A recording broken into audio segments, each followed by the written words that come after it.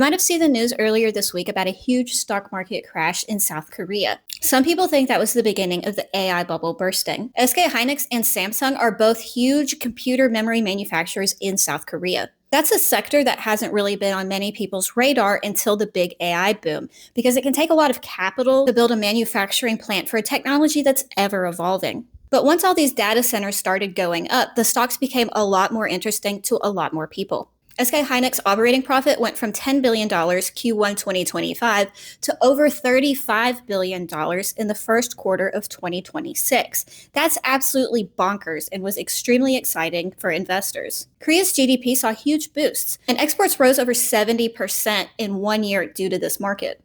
Both institutional and retail traders saw these prices go up, and decided they wanted to get into the action too, with the expectations that those gains would only continue for a time internal. This is rarely, if ever, the case, and you usually only hear that kind of thinking in reference to meme stocks and people really into gold. People weren't just investing cash either. Earlier this year, Korea introduced leveraged single stock ETFs. This is a concept I've mentioned a few times in passing because they're really, really dumb. What's the point in investing in an ETF if it only has one stock? That takes all the diversification out of it. Anyway, so people were buying shares in these SK Hynix single stock ETFs, which was basically borrowing money to buy the stock. And remember, a lot of people were convinced it would just keep rising. When you think, there's no way that I'm wrong, I'm just printing money, you're going to throw absolutely everything you have at it. So a whole bunch of people borrowed a whole bunch of money to buy a bunch of South Korean stocks, especially the ones that were driving up the growth. Foreign investors started selling, taking their profits and leaving, and regular people didn't really notice. And something happened, and we're not quite sure what, but something spooked a lot of investors. It could have been that they looked around and were like, where'd all the foreigners go? They could have noticed a lot of AI projects getting canceled left and right, or the wind could have just changed directions and they changed their mind. Whatever the case is, the cash flow stopped. Prices fell and the leveraged ETFs had to sell some of their holdings. That pushed prices down even further, forcing even more ETFs to sell off. Margin calls and bankruptcies forced people that borrowed money to buy these stocks to sell at whatever price they could. So this was compounding and stock prices fell at accelerating rates. People are starting to get worried worldwide about AI. I'm not just talking about the fears of it taking all of our jobs, I wish it'd hurry up and take mine, but also the environmental impacts and if the technology is actually worth the investments. Will these companies be consistently profitable in the future, or are we spending trillions of dollars to make the next Bixby? Those sentiments may make more than just South Korean investors shake in their boots. If enough of those feelings spread, we could see similar things happen here, and we may already be seeing that.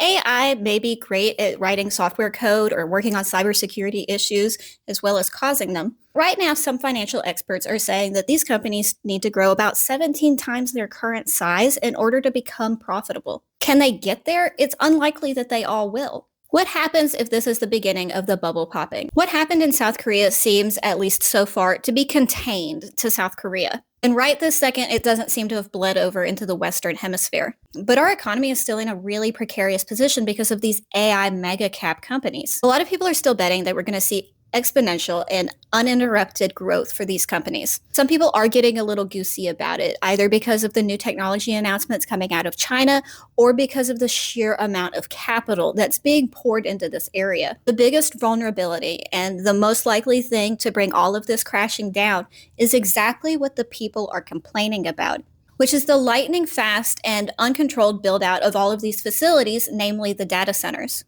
These mega cap companies are pouring an obscene amount of capital into building these giant warehouses full of silicon chips, fiber optic cables, and climate control. Amazon, Microsoft, Meta, and Alphabet combined spent about $410 billion on data centers just in 2025, and some experts think that number could reach about $4 trillion worldwide by 2030.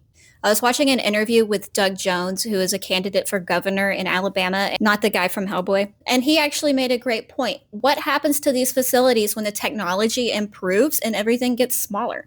The first cell phones could be used for personal defense, and now they're small enough to fit in a woman's jeans pocket. We don't actually need these giant facilities now. Are we really going to need them in 5 years? Is it worth what we're doing? Meta announced its earnings earlier this week and its stock dipped 10%, which might not seem like a lot, but it's huge. Their cash flow is basically non-existent as they've spent or are planning to spend so much on AI build out as well as those stupid glasses. There's no clear plan for a company like Meta to actually succeed. The free cash flow for these 7 companies exceeded over $200 billion just a few short years ago, and now that's been completely wiped out. The big complaint with these tech companies used to be that they weren't reinvesting their money and instead sitting on it like a dragon on a hoard of gold. Now the problem is that they're spending too much on something that still seems somewhat speculative for most of them. Debt has tripled for some of these companies, which is extremely risky, especially in our current economic conditions. I saw one figure that noted that just this year, the Big Four have issued over $170 billion in corporate bonds, which is just about the same amount as the UK's budget deficit.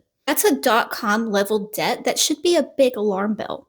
Meta, Microsoft, Alphabet, and Oracle are all promising investors that they're going to double revenue over the next 3 years and slash $80 billion in expenses, which is not a scenario that has ever happened before. The only one that I personally, and I'm not a financial advisor, can see this maybe working out for is Amazon. And that's because of AWS and their huge enterprise business. And even if they managed it, it would still be mildly surprising. There's also the political risk. I have actually seen more anti-data center activism than I thought we'd ever see. And politicians are having to choose between their constituents' wishes, who have the voting power, and the wishes of the big tech companies who have all of the money and lobbying power. For most normal human beings, this would be an easy decision. And unfortunately, we have created a political system that rewards those who take money from corporations instead of actually making their communities better. People are starting to notice brownouts, increased power bills, decreased water quality in areas where they were promised this would not be an issue.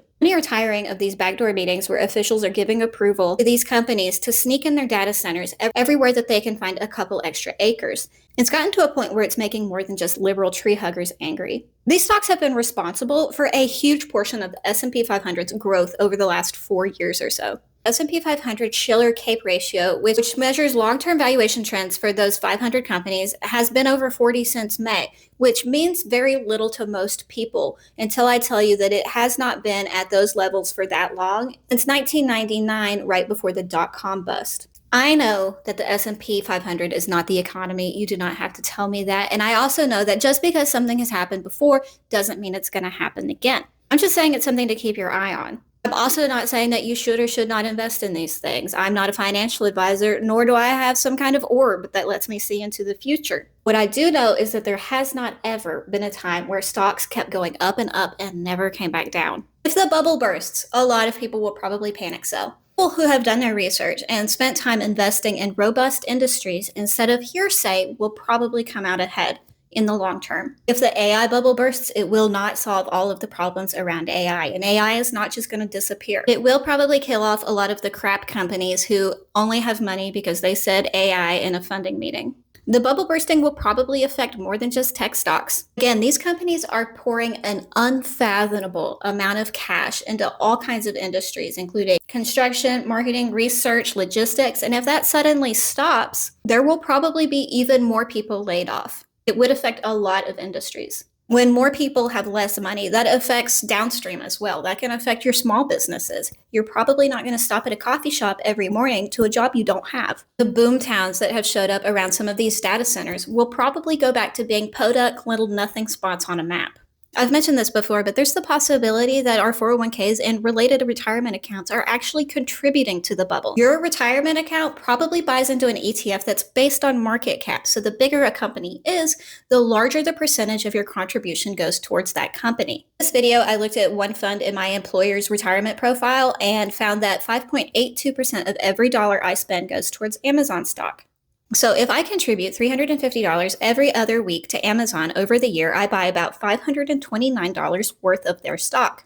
Around 80 million Americans contribute to their employer-backed retirement program. So if everyone is doing the exact same thing, that's about $42 billion just to this one mega cap company. Now, they can't really use that money. It's not like it goes directly to Amazon, but that's what they use for leverage to get more funding to build more data centers. Now, about 40 cents of every dollar that's flowing into a target date fund is going to the top 10 companies. These funds were designed to be set it and forget it. You throw your money and you leave it alone, and it readjusts constantly to make sure that you're buying the largest companies, which in turn makes those companies even larger, which means the funds buy into them even more. Just 10 years ago, the top 10 stocks made up less than 20% of the S&P 500, and now it's over 40%. The longer that you've been in a target date fund, the more exposure you have to these companies.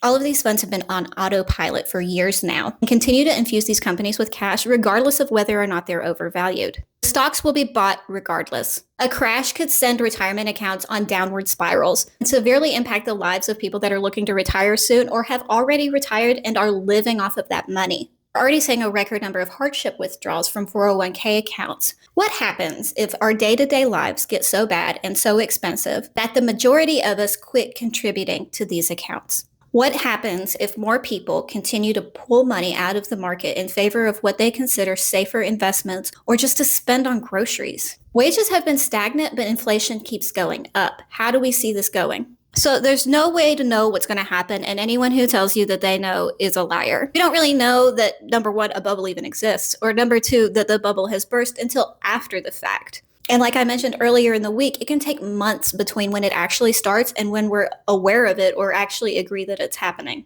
And again, this could all be a blip. Let me know what you think. Share this video. Follow along for more.